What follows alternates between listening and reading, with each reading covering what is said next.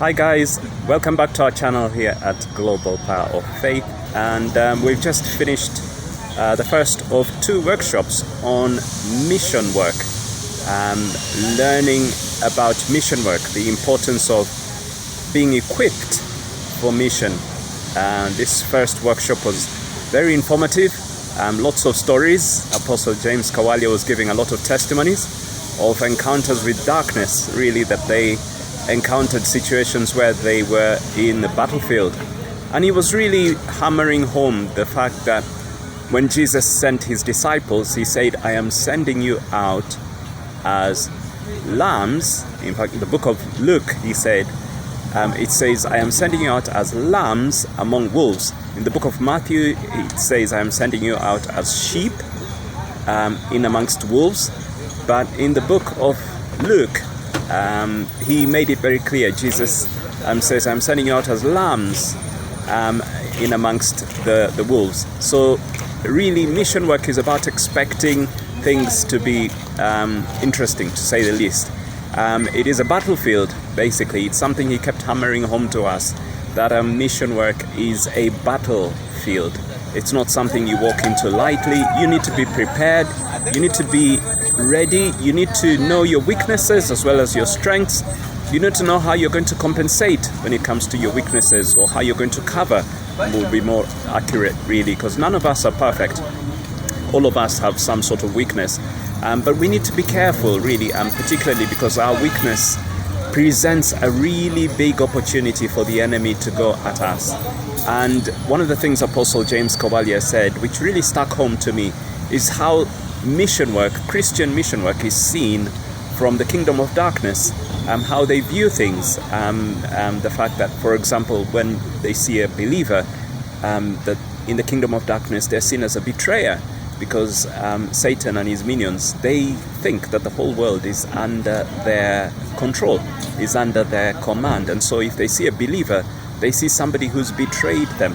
And so consequently, they are on a mission to put an end to all believers, particularly the ones that are out on mission, because we are about the work of winning souls. We are about the work of getting more betrayers, as it were, from the kingdom of darkness into the kingdom of light.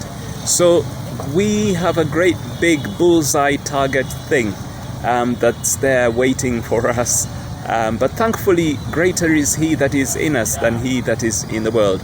And Apostle James Kawalia had quite a few testimonies, really, of victories where they saw God overcoming all sorts of schemes, all sorts of wicked schemes that the enemy threw at them. So it was a really informative time, really good. And in the midst of the teaching, Apostle James Kawalia felt that he had to have a part 2, so we might be coming back again tomorrow evening, because he wasn't able to squeeze everything that he wanted to share this evening. So I might be coming back tomorrow again for a part 2. I don't know how I'm going to squeeze that in, but we'll see, God willing. And the prayer is that for those of you that are thinking about mission work, you need to go in with your eyes wide open. You need to be aware. I mean, Apostle James Kawalia told loads of stories of situations of believers walking into the mission field completely innocent, completely unaware, and all sorts of horrible things happening. You know, them ending up, for example, in relationships with people who were deeply steeped in the occult, but they thought these were really nice, innocent believers. And then all sorts of horrible things happen. All sorts of deceptions, all manner of things that the enemy can weave around the ignorant, asleep believer, as it were. So for those of you that are feeling called to mission work, in fact, one of the things we were all challenged, Apostle James Kawalia said, if you are a believer, that you have the calling for mission work, because Matthew 28, I think it's verse 10, Jesus said to all of us to go into the world and make disciples. So all of us have that as a calling. However, not many people heed that call. And so the challenge is then to be the one that will heed that call, and to do that with your eyes wide open, to be wise. In fact, Jesus, in that passage in Matthew chapter 10, he says, when he says, I'm sending you out as sheep among wolves, he said, you need to be as wise as serpents and as innocent as doves. One of the stories that Apostle James Kawali was sharing, he was saying how sometimes you've got to be willing to be a fool, just to look innocent, even though you're fully aware of what's really going on. Let other people think you to be a fool. I can remember we looked at that in 1 Corinthians chapter 2, how Paul said he doesn't mind that people think of him to be a fool, because he knows he can see a lot of what he can see, what they can't see rather. So being wise as serpents and being as innocent as doves. It was an amazing time. Lots of insight into mission work. One of the things he said right at the very beginning, in fact, he spent quite a bit of time talking about the importance of marriage. The importance of marriage being your first mission field. That actually, to the wife, she is called to be in the home, in that house, to change the direction and the destiny of that household through her mission work. And the same thing with the husband, that actually she's called to be part of a marriage with a wife, and that is his mission field. So both the wife and the husband have a mission field as such. And he labored the point about how marriage is predominantly about humbling yourself. It's about working on your character, because it's no good in the kingdom of God saying you're going off to go and deal with this, that, and all manner of oppression if your character is nowhere where it should be. Your character is the number one thing that will tell people what Jesus looks like, who he is.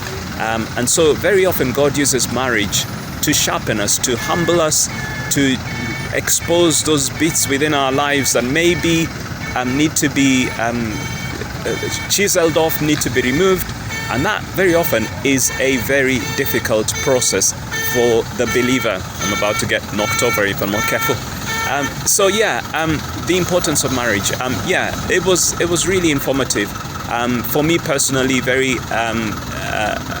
big blessing.